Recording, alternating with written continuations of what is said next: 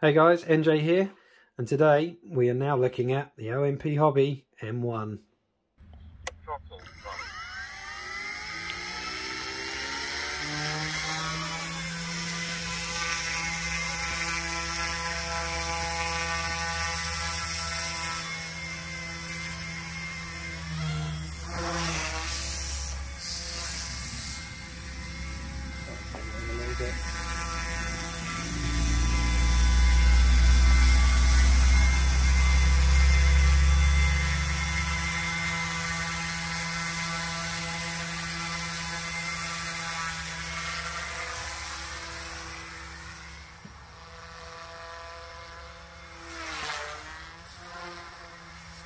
Nice low head speed flying here.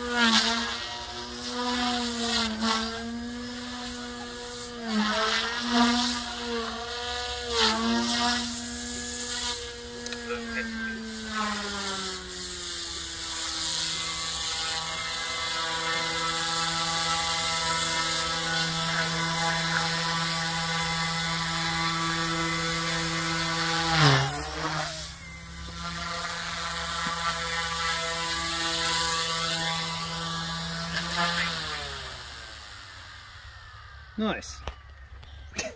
Hey guys, NJ here. I hope you're all doing really well. If you caught my last video, you will know that I talked extensively about this guy, the OMP M2, and to say I was gushing over this helicopter would be the understatement of the year. This thing is just fantastic. Since making that video, I've been out and done maybe a dozen or so more flights on it. My opinion is only getting stronger. This is just an amazing helicopter that can be flown everything from the most docile sort of 8-9 minutes worth of hovering stability mode beginner helicopter right up to a kind of 3.5 minute high RPM, you know, everything you can throw at it, smack 3D helicopter. It can do everything. It really is fantastic. Parts are cheap to repair. It's a genuine sim replacement. as I said before, I can't recommend this heli enough. I did, however, at the time say there was only one other helicopter that sort of comes close to the performance of this thing and all the benefits that it carries down in this sort of small helicopter class. And it was actually its smaller brother, the OMP M1.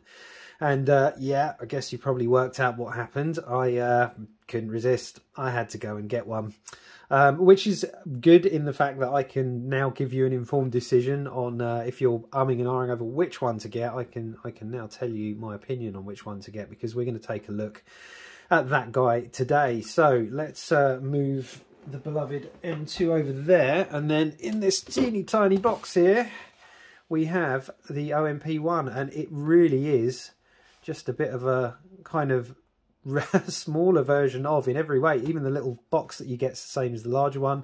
I think it's an EPO foam case. Let's get that open with a nice hinge on it, and there we go. Look at that. There is the OMP Hobby M1. As with the larger one, the M2 and the M2 Explore, you get spare main shaft, spare feathering shaft, and a bunch of servo horns and screws and nuts. There's a lovely sort of comprehensive array of spare parts that already come with it. Spare parts with the M1, just like the M2, are super cheap. In fact, in many cases cheaper still, being the smaller helicopter. That's just my cell checker in here, my ISDT cell checker, which is great. I've had that for a few years. I think I did a review on that a long time ago. But yeah, let's pull this guy out.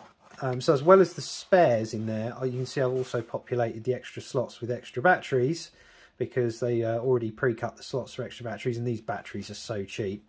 It actually runs on, let's have a look at this. So it's a 7.4, so 2-cell.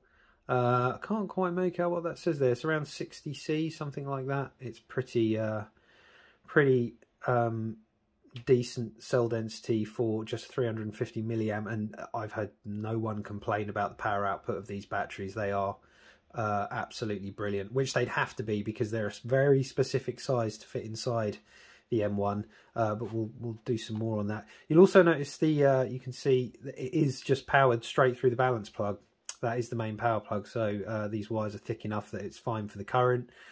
So it comes with a little adapter cable that breaks out to a normal balance plug, but also breaks out the positive and minus of this battery lead to an XT60. So you get the adapter in the kit that will then work with regular chargers. But you get one with the helicopter. Again, these are like, you know, they're like a tenner. They're so cheap. So I picked up another 3. I thought that would be well worth it. Some of the other tools quickly, they do include a little tiny hex driver here.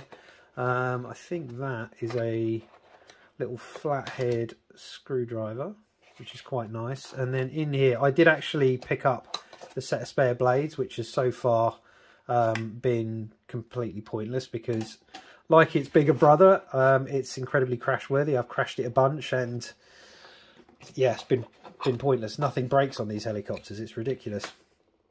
Yeah, you can also see you get a little wrench here that comes with it, anodized in the colour of the helicopter you've chosen. And it's got this little captive wrench here. Where is it? This one, which is designed to capture the head bolts on the underside, the nuts rather. So you've got the nut held and captured there, so you can then adjust the tension on the main blade grip. So yeah, it's just awesome. They always provide some really nice little extras. But yeah, great case, great array of spares. Let's get the case out of the way and let's have a look at the helicopter itself. So, I mean, how cute is that? Absolutely beautiful. Beautiful painted canopy, just as before. I think, I was having a little closer look at this. I actually think it's, rather than painted, I think these are transfers, because it's actually...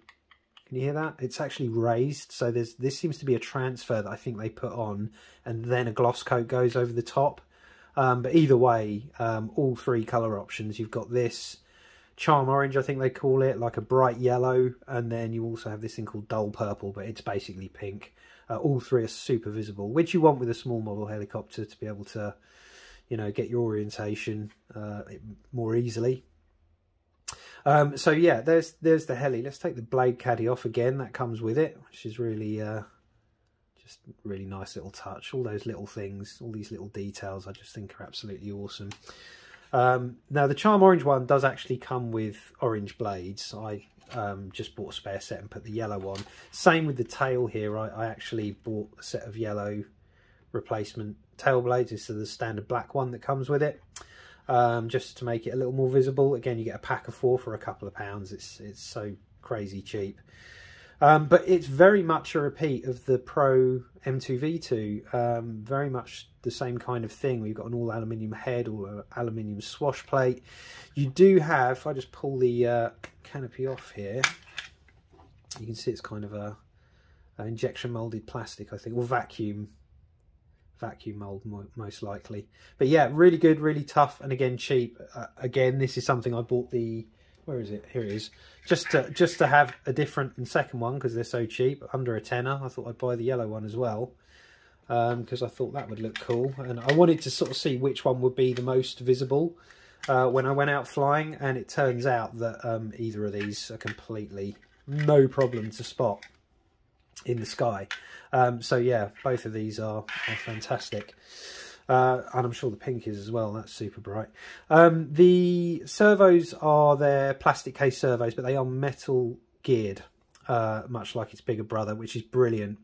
The pitch links are the length is set. They're just they're molded, so there's no links to adjust. It is what it is. And the plastic links are designed much like the servo horns are designed to be the weak points. Now, one of the brilliant things that OMP Hobby have done is the simplicity of their design. One of those things, I'll try not to make this too much of a technical rant, but is they have something called a DFC head system here, direct flybarless control. Now, what you've got here, how do we talk about this without getting too deep? You've got the top part of the swash plate needs to stay perfectly in line. And so these arms need to remain perpendicular to the blade grips. And the problem is, normally you've got a hinge joint, much like these are hinge joints on the swash plate. Normally you have that on the head of a helicopter. And the problem is that bottom part of the top half of the swash plate could spin freely and not stay in line with this.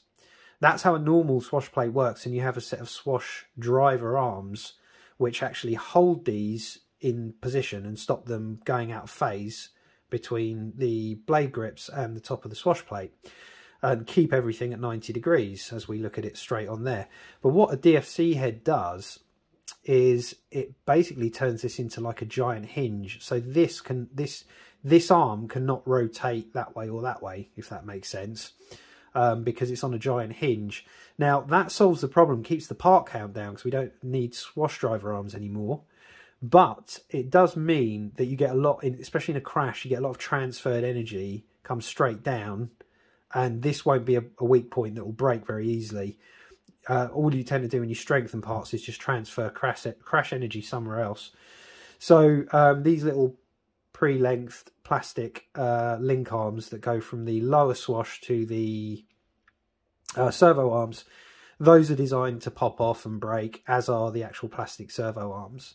But these parts are obviously super cheap, and you actually get a spare set of servo horns in here in the kit anyway, as well as a spare main shaft and feathering shaft. So and again, just like with the M2, I've already crashed this a bunch of times and done absolutely zero damage, no vibration, everything still flies perfectly.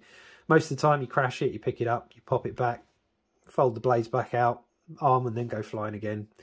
Another big thing, as with the M2, is the fact that there's no resistance here. That's one of the great reasons, because the only resistance that there is the magnetic force of the motor. That's it. There's nothing physically stopping any of this rotating, right? So when it does hit stuff, it's not going to chew up any gears. There's not a main motor and a gear to another gear for this, and then another gear to a torque tube to drive the tail. Like all of that's stripped away.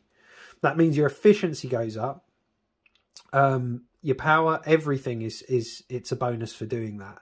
So it's just a brilliant design. And just like the M2, I actually managed to find like what is the most efficient head speed that you can fly this on that's the lowest head speed to get the most amount of flight time out of this battery. And as I said, you can see the battery just slides into this slot, very specific size. It's just a friction fit. So there's not, well, there aren't any others lipos that I know that fit these unless they're purpose built as replacements for these. But the stock lipos are so strong in terms of performance and so cheap that, yeah, just get these. But obviously they fit perfectly.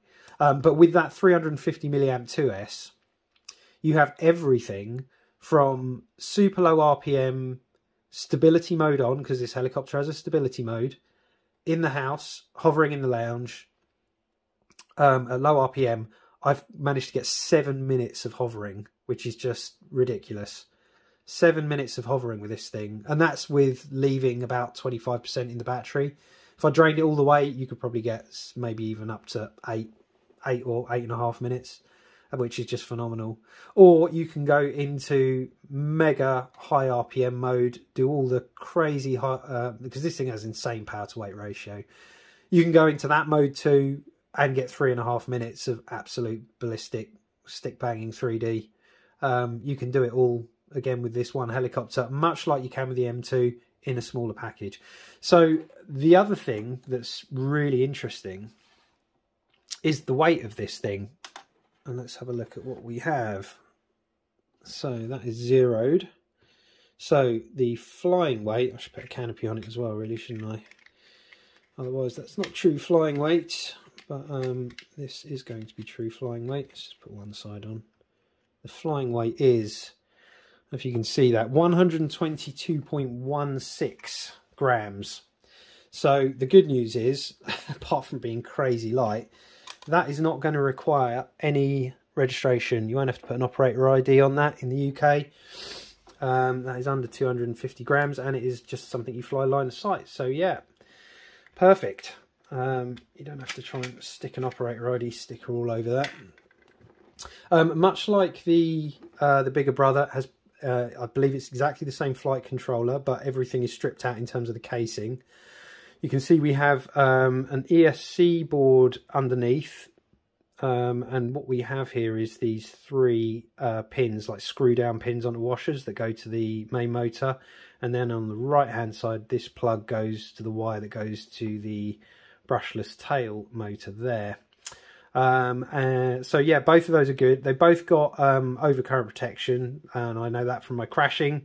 It's gone in. I've been late hitting the throttle hole, but no ESC damage has been done. It's really good at protecting itself. And then on top you've got the flight controller, and you've got a series of lights on here, just as you have with the others. The rudder, aileron and elevator lights are then accompanied by speed, agility, gain. You can set the pitch, the servo centering, all the stuff you can do with the M2 you can do with this. And yeah, in terms of flying, I mean, it's even more nuts than the M2 really, just because it's 122 grams. I would say if you're flying an M2, you know what you're getting with an M1. It's just even more hilarious because this thing is like featherweight, feather light, and absolutely insanely aerobatic and 3D capable. The tail lock is absolutely insane. I will confidently say there's nothing with tail holding performance on the market at this size that comes anywhere near to the OMP M1. It's just phenomenal, and of course that is due to the TALY software update that they put into their, I think it was everything from July 2020 onwards. They started adding the TALY software onto their flight controllers, which is tail assisted left yaw, which is that the motor's obviously on the tail rotor only pushes air in one direction. Obviously it's a fixed pitch, so it has loads of authority to nose off to the right, but if you want to nose left, all this thing can do is slow down, and that makes for a very kind of laggy, it sort of starts slow and then speeds up as the natural torque of the helicopter drives the yaw to the left. What TALY does is it adds torque. So if you need left authority, it does 2 things. It will slow this motor down, or stop it, or slow it down basically. But as well as slowing it down, it will blip the power to the main rotor. And by adding power and torque, it then increases the torque to your left. So when you've got the helicopter running, if you need right authority, this speeds up. And if we go back to center, if you want left authority, that slows down, but the head speeds up to add torque to that left yaw moment. Such a brilliant idea, and the performance just speaks for itself. So yeah, it is an absolutely fantastic helicopter. In terms of the programming, the flybarless settings are... Well, the one thing I love about this, and I've got a lot of experience with lots of different flybarless controllers, even the most expensive ones, Mikado, I'm looking at you, you tend to have an adjustable range, let's say on one element of the flybarless unit that you want to adjust, like the rate, say the endpoint rate, the amount of degrees per second. So something us drone pilots are used to, how many degrees per second something rolls, right? Whether it's that or whether, no, probably gain's a better one, right? Let's say we've got a gain from 0 to 10. You have 10 flashing lights, 10 points at which you can adjust the gain for the aileron, for the elevator and for the rudder. Now, all 10 points are usable, and this is what I love. A lot of the time you'll find with things like the Mikado V-Bar or the Brain or some of these other ones, as great as they are, you have this tiny sweet spot within where things are really locked and awesome, and then everything over here is soft and completely unflyable, and everything up here in the high gain is an oscillating mess. Whereas here, all 10 points are still flyable, and one's just approaching the point where 10 is just approaching the point where it's now starting to get oscillate, really high oscillation, and then the one at the lowest point is where things are so soft, it's like unless you're just doing soft sport flying for 3D, that's no good. The point is it's 10 usable settings, and every setting on here it's within a usable range. So I fly with the agility at 2. I know people who love the agility setting, which is like feed forward, the agility setting at 7 or 8. I prefer it flying the other way. I have the agility very low, but I have a high end point, so my degrees per second is higher, and that gives me a more linear feel to the elevator and the aileron. Whereas if you go with a high feed forward and a lesser roll rate, you tend to have something that's more lively, feels a bit more like the old flybarred helicopters did with the light paddles, and used to switch the hiller mixer over and try and get them to be really unstable. It feels more like that with a high feed forward. So you can kind of get this to feel like anything you want. You can, and look, this has absolutely no business flying as big as it does. It's incredible. It's like the M2. They fly like helicopters, way, way bigger than they are. Every 3D maneuver is doable on this. And as I said, you can go from a beginner setup and a beginner kind of flight time that will get you 7, 8 minutes of hovering with the stability mode aid if you need it, right up to the crazy full-on 3D smack and everything in between. You also have, thanks to Jonas over at Acura RC, I mentioned this about the the M2 video I did review.